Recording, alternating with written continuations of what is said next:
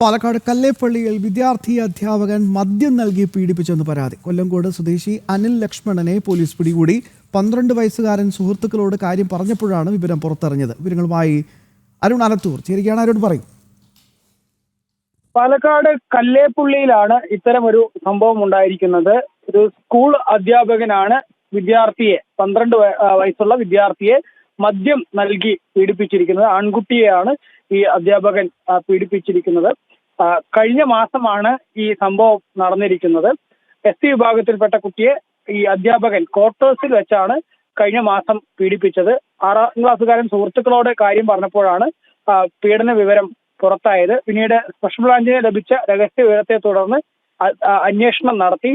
ഇപ്പോൾ അധ്യാപകനെ അറസ്റ്റ് ഉൾപ്പെടെയുള്ള നടപടികൾ പോലീസ് സ്വീകരിച്ചിട്ടുണ്ട് എന്നതാണ്.